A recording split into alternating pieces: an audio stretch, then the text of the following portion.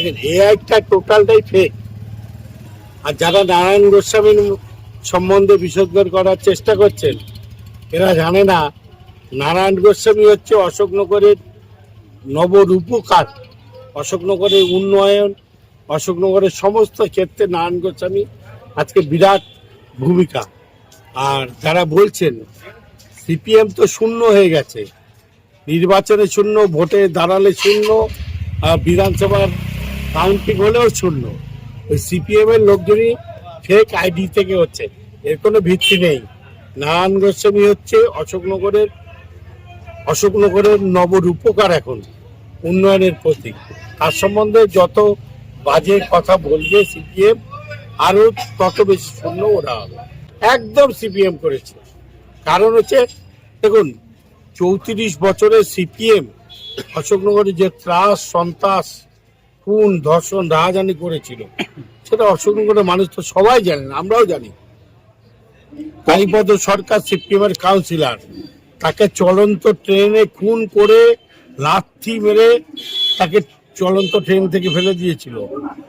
জগদীশ সমুদ্র যেটা বলেছিলেন, জগদীশ সমুদ্র ছিল কল্যাণগড়ের ত্রাস, তার কথার বাইরে একটা মানে কি বলে গাছের পাতাও নড়তো না।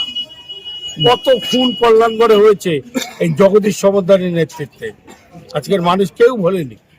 আমরা এই ভিডিওটা দেখছি এবং আমরা আইনানুগ ব্যবস্থা নেব। কোথা থেকে এই ভিডিও আসলো, কে এআই করে ছাড়লো, তাদের উদ্দেশ্য কি ছিল, সব প্রশাসনের কাছে আমরা খুব তাড়াতাড়ি জানাচ্ছি, প্রশাসন বিচার করবে। দেখুন একটা কথা বলি, জাতির জনক মোহনদাস করমচাঁদ গান্ধী নাথুরাম গডসে গুলিতে মারা গেছেন, তারও সত্য ছিল।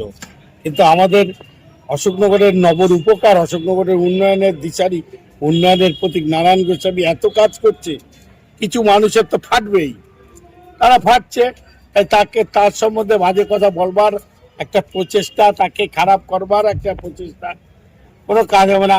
আগামী বিধানসভা নির্বাচনে আবার নারায়ণ গোস্বামী অশোকনগর থেকে বিপুল ভোটে জয়যুক্ত হবেন।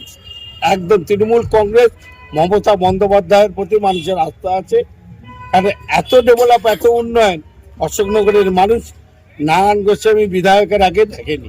নারায়ণ গোস্বামী বিধায়ক হওয়ার পরে অশোকনগরের মানুষ দেখেছে যে এত সর্বক্ষেত্রে ডেভেলপ উন্নয়ন, একটা উন্নয়নের একটা নবজাগরণ, একটা রেনেসাঁস নিয়ে একদম ওরকম ব্যাপার নয়। আমরা আইনের শাসনে বিশ্বাসী, আমরা দেখব, আমরা প্রশাসনকে জানাচ্ছি যে প্রশাসন বার করুক কে করেছে এবং তার বিরুদ্ধে আইনানুগ যা হয় তাই করবে।